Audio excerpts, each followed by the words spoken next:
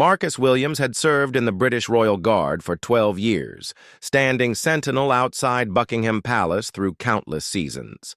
His towering 6'4" frame, perfectly pressed red uniform, and unwavering discipline made him a respected figure among both colleagues and tourists. What most people didn't know was that before joining the Royal Guard, Marcus had spent 8 years in the Special Forces, including 3 dangerous tours in Afghanistan. On this particular Tuesday morning in September, Marcus was stationed at his usual post near the palace gates. The autumn air was crisp, and tourists were already gathering with their cameras, hoping to capture the famous guards in their iconic bearskin hats. Marcus maintained his stoic expression, eyes fixed straight ahead, as he had been trained to do thousands of times before. Among the crowd, 3 young men in their early 20s approached the gates. They wore expensive designer clothes and carried themselves with an air of arrogance that immediately caught the attention of nearby tourists. The tallest of the group, a blonde-haired man named Jake Morrison, was the son of a wealthy businessman. His 2 companions, Alex and Connor, were equally privileged and equally troublesome. Jake had been drinking since the previous evening, celebrating what he called his gap year before starting his father's company. He had developed a reputation for causing trouble at exclusive clubs and getting away with it due to his family's influence. Today, he was looking for entertainment, and the stoic Royal Guard seemed like the perfect target.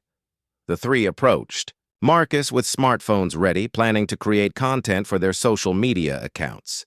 They had seen videos online of tourists trying to make the guards react and thought it would be amusing to push the boundaries further than anyone had before.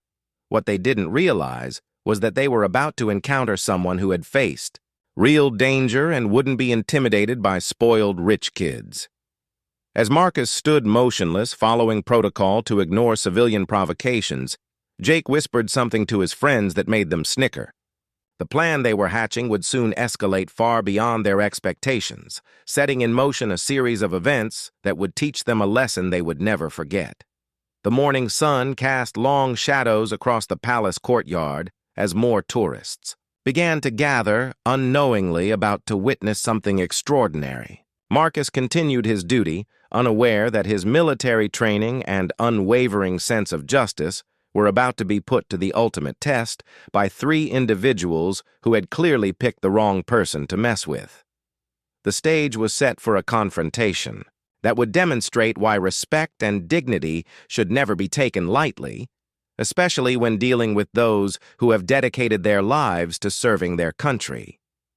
The calm before the storm was about to end, and Marcus Williams was about to show these provocateurs what real consequences looked like. Jake Morrison stepped closer to Marcus, his expensive cologne mixing with the smell of alcohol still lingering from the night before. He pulled out his phone and began recording, while Alex and Connor positioned themselves on either side to capture different angles. The growing crowd of tourists sensed something was about to happen and started pulling out their own devices. "Hey there, tin soldier," Jake called out loudly, trying to get a reaction. "I bet you're just dying to move, aren't you?" Marcus remained perfectly still, his training keeping him focused on his duty despite the growing irritation building inside him. He had dealt with obnoxious tourists before, but something about these 3 felt different and more aggressive. When the initial taunting failed to produce results, Jake escalated his approach. He began making faces directly in front of Marcus, waving his hands, and even attempting to block the guard's line of sight. The crowd watched uncomfortably as the situation grew more tense, with some tourists expressing disapproval at the disrespectful behavior. Alex joined in, pulling out a handful of coins and deliberately dropping them at Marcus's feet, hoping to see if the guard would break protocol to avoid them. "Oops," he said mockingly. "Looks like someone dropped their lunch money." Connor added his own contribution by pretending to trip and stumbling dramatically near Marcus, coming dangerously close to making physical contact. The situation took a more serious turn when Jake decided to test the limits further. He began making inappropriate comments about the Queen and the royal family, using language that was not only disrespectful, but bordered on offensive. Several elderly tourists gasped and started walking away, clearly disgusted by the young men's behavior. Marcus felt his jaw tighten, but his military discipline held firm. He had sworn an oath to protect and serve, and breaking protocol was not an option, regardless of how these privileged bullies were behaving. However, inside his mind, he was calculating and observing, taking note of every word and action. His Special Forces training had taught him to remain calm under pressure while simultaneously preparing for any escalation. The three young men grew bolder with each passing minute, interpreting Marcus's stoic silence as weakness rather than the professional restraint it actually represented. Jake pulled out a 20-pound note and waved it in front of Marcus's face. "Come on, mate. Surely you could use some extra cash. Just give us a little smile, maybe salute for the camera." What Jake didn't realize was that his actions were being observed not only by increasingly uncomfortable tourists, but also by palace security cameras and other guards who were monitoring the situation closely. The Royal Guard has protocols for dealing with harassment, and those protocols were about to be activated. Connor made the mistake of reaching toward Marcus's rifle, not to grab it, but to pose for a photo while pretending to touch it. This crossed a critical line that shifted the entire dynamic of the encounter. Marcus's eyes, which had remained fixed straight ahead, suddenly snapped toward Connor with an intensity that made the young man instinctively step back. The crowd fell silent as they sensed the change in atmosphere. What had started as juvenile harassment was about to become something much more serious, and Jake Morrison was about to learn that some people should never be underestimated or provoked beyond their limits. The moment Connor's hand moved toward Marcus's rifle, everything changed. Marcus's voice cut through the air like a blade, sharp and commanding. "Step back immediately," he ordered, his tone carrying the authority of someone accustomed to being obeyed without question. The sudden sound startled the entire crowd, as most had never heard a royal guard speak during duty. Connor stumbled backward, genuinely frightened by the unexpected response, but Jake interpreted this as a victory. "Oh, look who finally decided to talk," he sneered, emboldened by what he mistakenly saw as Marcus breaking his composure. "What's the matter, soldier boy? Can't handle a little joke?" Marcus remained in position, but his eyes were now fully engaged, scanning the three young men with the analytical precision of his military background. He had identified Jake as the ringleader, Connor as the follower, and Alex as the instigator. His Special Forces experience had taught him to read people quickly and accurately, and what he saw were three cowards who had never faced real consequences for their actions. Jake, misreading the situation completely, decided to push even further.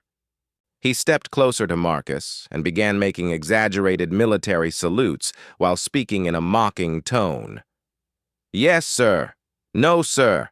3 bags full, sir," he chanted, causing his friends to laugh nervously. Several tourists started filming more intently, sensing that something significant was about to happen. The breaking point came when Jake made a crude gesture toward Marcus and shouted something deeply offensive about the guard's service record. Despite knowing nothing about the man he was taunting, the insult was designed to question Marcus's courage and competence, the two things most sacred to any military professional. Marcus's training had prepared him for many things, but it had also taught him when action was not only permitted but necessary. The moment Jake's behavior shifted from juvenile harassment to targeted disrespect of his military service and oath, the rules of engagement changed completely. Without warning, Marcus stepped forward with the fluid precision of his Special Forces background. In one smooth motion, he handed his rifle to a fellow guard who had appeared beside him and removed his ceremonial gloves. The crowd held its breath as they witnessed something unprecedented, a royal guard preparing to take direct action. Jake's confidence evaporated instantly as he found himself face to face with Marcus, no longer protected by the guard's duty to remain stationary. The difference in their physical presence was striking. Marcus stood like a mountain of controlled power, while Jake suddenly looked like exactly what he was, a spoiled child who had bitten off more than he could chew.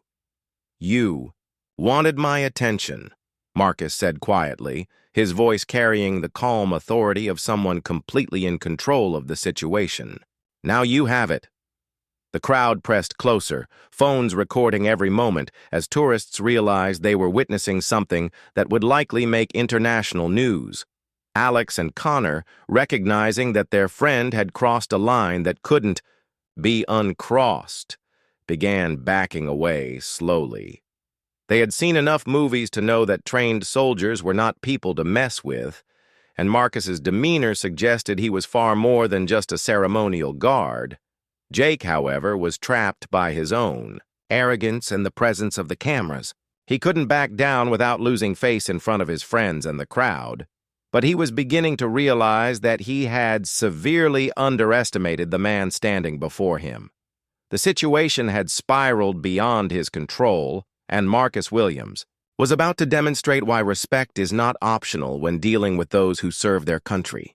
Marcus stepped closer to Jake, closing the distance between them until they were only inches apart. The height difference was even more pronounced now, with Marcus towering over the young man who suddenly seemed much smaller and less confident than he had moments before. The crowd formed a wider circle, instinctively giving the confrontation space while ensuring they could capture every moment. "You seem to have a lot to say about military service," Marcus said, his voice steady and controlled. "Tell me, what do you know about serving your country?" Jake opened his mouth to respond with another sarcastic comment, but something in Marcus's eyes made him hesitate. This wasn't the reaction he had expected, and he was beginning to realize he had made a serious miscalculation. Without raising his voice or making any threatening gestures, Marcus began to speak about his service record. He described his years in Afghanistan, the friends he had lost, and the responsibility he felt toward those who had died protecting the freedom that allowed spoiled young men like Jake to behave however they pleased without consequence. The crowd listened in stunned silence as Marcus painted a picture of real sacrifice and dedication that stood in stark contrast to Jake's privileged existence. Several tourists began to understand that they weren't just watching a confrontation between a guard and a troublemaker. They were witnessing a lesson about respect, duty, and the price of freedom. Jake tried to interrupt with a dismissive comment about just doing a job, but Marcus cut him off with a look that could have frozen water. "You think this is just a job?" Marcus asked quietly. "You think standing here, representing my country and my queen, is something I do for a paycheck?" The intensity in Marcus's voice was building, but he maintained complete control over his emotions and actions. This wasn't anger. It was something far more powerful. It was the righteous indignation of a man who had dedicated his life to service, confronting someone who had never understood sacrifice or commitment. Marcus reached into his uniform and pulled out a small photograph, weathered and worn from years of being carried close to his heart. He held it up for Jake to see. "This is Sergeant David Thompson," he said. "He died in Helmand Province saving 3 wounded soldiers. He was 23 years old. He'll never get to come home, never get to start a family, never get to see his parents grow old." The crowd pressed closer, phones still recording, but the atmosphere had shifted completely. This was no longer entertainment. It was education. Jake's friends had moved even further back, clearly uncomfortable with the direction the confrontation had taken. Marcus continued, his voice gaining strength with each word. "David died so that people like you could have the freedom to stand here and make fools of yourselves. He died so you could travel safely, speak freely, and live without fear. And you think it's amusing to mock that sacrifice?" Jake's face had gone pale, and he was beginning to understand that he had picked a fight with someone who operated on a completely different level than anyone he had ever encountered. This wasn't about pride or social media content anymore. This was about fundamental respect for those who put their lives on the line for others. The lesson was just beginning, and Marcus Williams was about to demonstrate that some things in life are sacred, and those who fail to understand that truth do so at their own peril. The crowd watched in fascination as a master class in dignity and strength unfolded before their eyes. Marcus carefully returned the photograph to his uniform, his movements deliberate and respectful. The silence stretched on as Jake struggled to find words, his earlier bravado completely evaporated. The young man was beginning to understand that. He had crossed a line that couldn't be uncrossed, and that his actions had consequences he had never considered. "You want to know what real courage looks like?" Marcus asked, his voice carrying across the courtyard. "It's not making videos to impress your friends. It's not hiding behind daddy's money when things get difficult. Real courage is standing up for something bigger than yourself, even when nobody's watching, even when it's dangerous, even when it costs you everything." The crowd had grown larger, with palace staff and additional guards now present to ensure the situation remained controlled. But Marcus needed no assistance. He was delivering a lesson that was more powerful than any physical confrontation could have been. Jake tried one last time to assert himself, muttering something about just having a bit of fun, but Marcus's response cut through his excuse like a sword through silk. "Fun?" Marcus repeated, his voice carrying a hint of steel. "You think disrespecting the memory of fallen soldiers is fun? You think mocking people who serve their country is entertainment?" At that moment, Marcus made a decision that would be talked about for years to come. Instead of escalating the situation physically, he chose a different approach that would have a far more lasting impact. He turned to address the crowd, speaking loudly enough for everyone to hear. "Ladies and gentlemen, I'd like you to meet Jake Morrison," Marcus announced, gesturing toward the now trembling young man. "Mr. Morrison seems to think that military service is a joke, that standing guard for his country is amusing, and that the sacrifices of fallen soldiers are worthy of mockery." The crowd's reaction was immediate and devastating. Phones captured every moment as people began to express their disgust and disappointment. Jake's face turned crimson as he realized that his behavior was being broadcast live to potentially millions of people around the world. Marcus continued, his voice carrying the weight of absolute moral authority. "Mr. Morrison has never served his country, never put himself at risk for others, and never understood what it means to be part of something larger than himself. Yet he feels qualified to judge and mock those who have." The public shaming was more effective than any physical punishment could have been. Jake Morrison, who had spent his life believing that his wealth and privilege made him untouchable, was learning that some things, respect, honor, dignity, couldn't be bought or inherited. Alex and Connor had completely abandoned their friend, melting into the crowd to avoid being identified with the spectacle. Jake stood alone, facing the judgment of hundreds of strangers who now knew exactly what kind of person he was.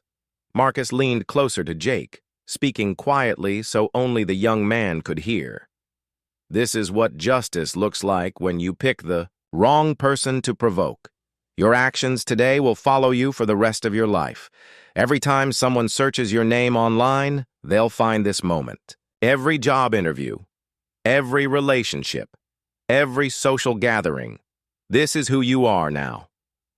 The weight of those words settled on Jake like a physical burden. He had come looking for entertainment and found consequences instead. The instant justice Marcus had delivered was more complete and lasting than anything the legal system could have provided. Within hours, the confrontation between Marcus Williams and Jake Morrison had become viral content across every major social media platform. The videos captured from multiple angles showed not just the incident itself, but the profound difference between a man of honor and a privileged bully who had finally met his match. News outlets picked up the story, with headlines celebrating the royal guard who had delivered the perfect response to harassment without raising a hand in violence. Marcus became an overnight hero, representing everything people admired about military service: dignity under pressure, and the power of moral authority over physical force. Jake Morrison's life changed dramatically overnight, but not in the way he had hoped when he first approached the palace gates that morning. The videos of his humiliation spread faster than wildfire, reaching millions of viewers who shared them with comments ranging from disappointment to outright condemnation.